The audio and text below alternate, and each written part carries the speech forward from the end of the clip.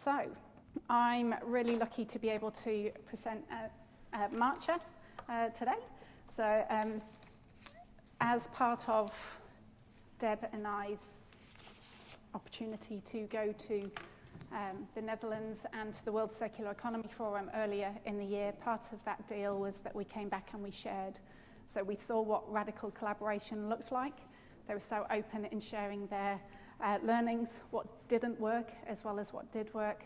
Such a lovely open culture. And so part of that we presented at the embassy's residence in September. So I know some of you managed to attend. So we've asked if she can come up. This is her last day today at the embassy.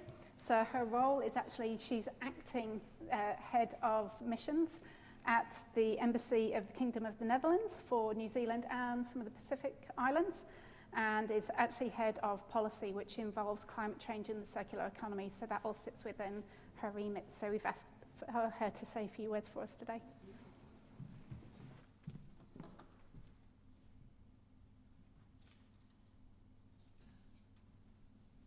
E na mana e na reo e na karakatanga maa, me mi ki te mana whenua tēne roa ara ko te ngati whātua. Me mi whanui ki a koto, nau reira tēnā koto, tēnā tātou katoa. Kia ora. Good afternoon. Thank you very much, Tania. I'm Maartje Ten Brummelaar. I've been introduced already. Thank you very much. When I have a microphone, I start walking around, so sorry for that. Yes, indeed, it is my last week in the office, so today's my official last event, and then I'll be moving back to the Netherlands. And it's a great pleasure to be here, and especially because Debbie, Tania, and Juhi, we've been collaborating for the event in September, and I think this is a wonderful school example of how you just continue working and how things evolve from a wonderful reach out by Debbie. I think it must have been 2 or 3 months ago that we started talking. So why am I here? Because I know radical collaboration is about talking together, and then you don't want to listen to me for too long.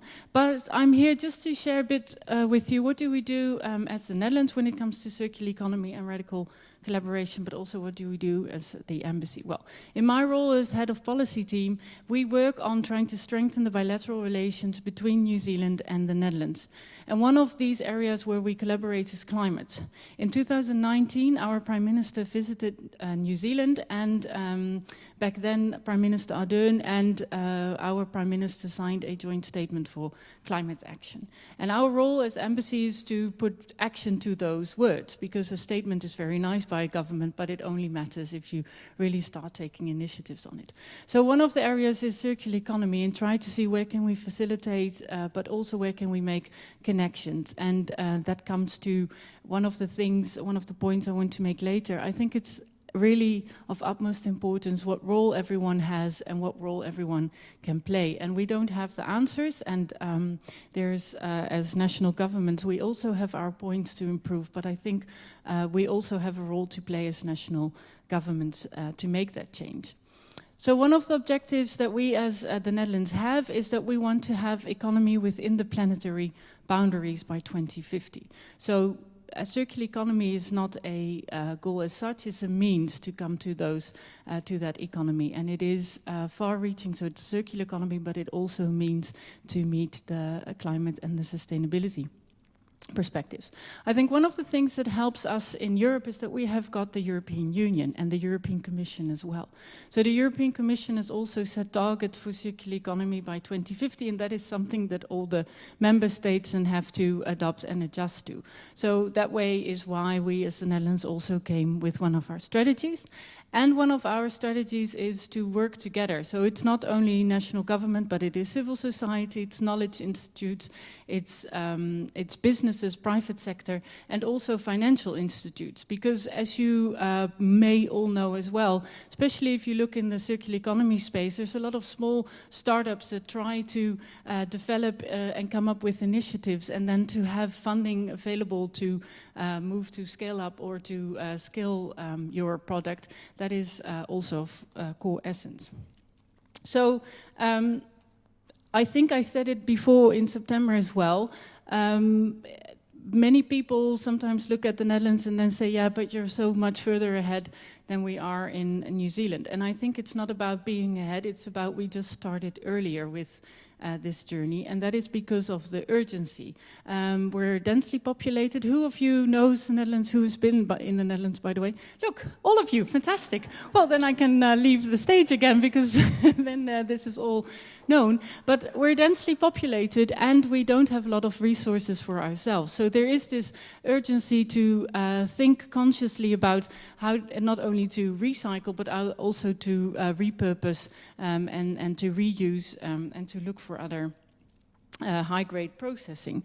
And another reason for us is as well because of, well, I think the same applies for New Zealand, is the international perspective. We are dependent on other supply chains, so it's not only something we have to do as ourselves, but also we have to work with other partners in that supply chain. I may continue talking. Can I just see? I'll take this. I'll put this here because I wanted to share.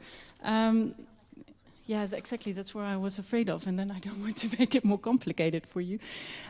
So one of the things, if you look at waste, the percentage of waste that's being recycled in the Netherlands is on average higher than it is in the European Union. You may have read articles on waste coming from Italy to the Netherlands because they couldn't deal with the waste, and we had our plants that had too less waste to burn. So that's one of the examples where you work towards a solution of dealing with the waste, but it can be more. So that's also some of the things we're looking at. And if we're looking in the circular economy journey, one of the next steps to look at is that it's not only about waste reduction. It's an easy win to start looking at waste reduction, but it goes much way beyond. So that is one of the things we're here looking at as well. And therefore, I also want to thank for being here today, because it's talking about what can we learn from each other. And we've got our issues to deal with. And here we're also going to hear what do you struggle with. So I hope it can be an open conversation. And I just wanted to finish off with talking a bit more about what is the role. And I think if you look at the role of a government, it is first of all the convening and conveying power that we have. Another important role is this financial role, so make funding available for startups. But I also think it is about setting standards and policy making.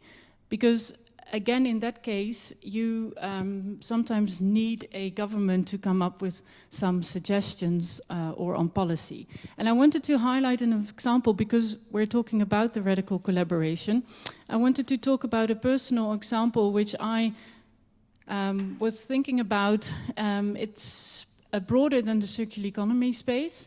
And if you would translate radical collaboration to talking together and put all stakeholders together. One of the things in the Netherlands is that we've been looking at corporate social responsibility or responsible business conduct. And again, here it is the dynamics between the European Commission and the national government.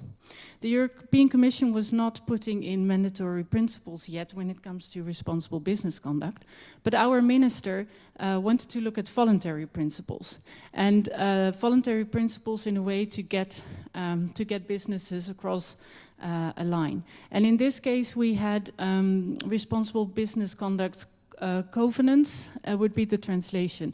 So in different areas, and one of them was textile, there was a working group of civil society, businesses and government, and in some cases also financial institutes, that would sit together and that would have open and frank conversations. So that was also what you were referring to, like the silos, breaking the silos, of having conversations about what is the role everyone can play, but also what are the challenges or the points you actually face in your own position or in your own role. Some civil society organizations are very concerned about the position of the people working in the factories and producing the clothes. Others may have more the concerns of will it meet the costs or the price you're asking for it.